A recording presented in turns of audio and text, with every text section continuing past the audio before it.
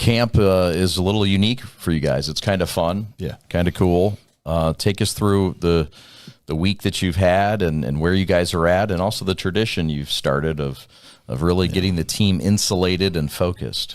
So what we do is we check into a hotel, right? And the reason that I really like to do that is because I want the guys to forget about everything else they have going on in life, and just for 1 week focus on football, focus on Southfield A&T, focus on your teammates. So we check into the Holiday Inn Express over there in Southfield. They're one of our sponsors. They give us a really good deal. And the other funds we have are through fundraisers. They're donated to our booster program. And it's just when they check in, I collect their cell phones, right? Some kids are okay with it. Some kids is foreign.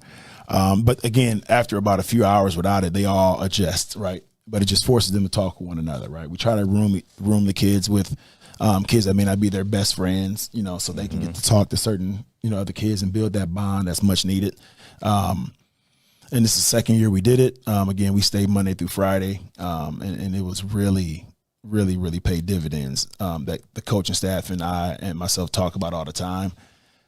Watching these kids who hey, this kid's never really talked to this kid before. Now they're sitting there laughing, joking, eating lunch. They're sitting, but if they had their phones, they'd be on their phone, right? So we're just forcing kids to communicate and, learn about each other, because as we all know, when you have a true brother, right, you do more for him, right? When you know about his life, you know about some struggles, you know about some, adversities.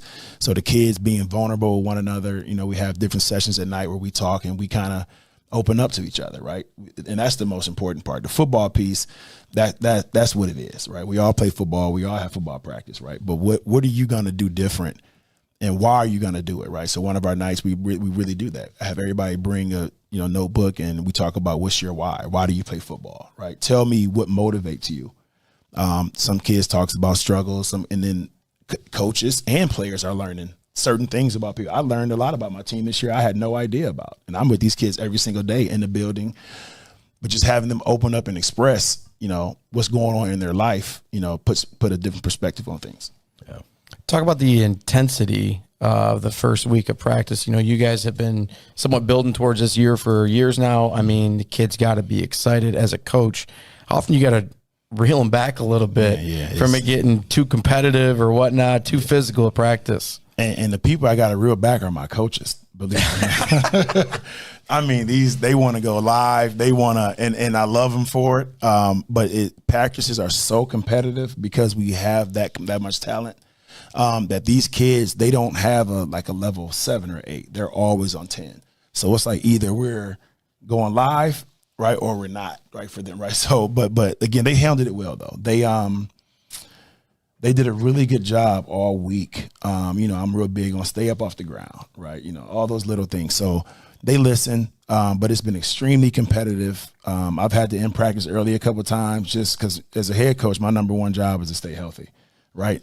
No bigger compliment that I could have is, hey, we left camp 100%, and so we did a really good job of not getting anybody injured in camp, and with all the, competitiveness that was going on, I think the kids handled it well ultimately. And you guys got scrimmage this week?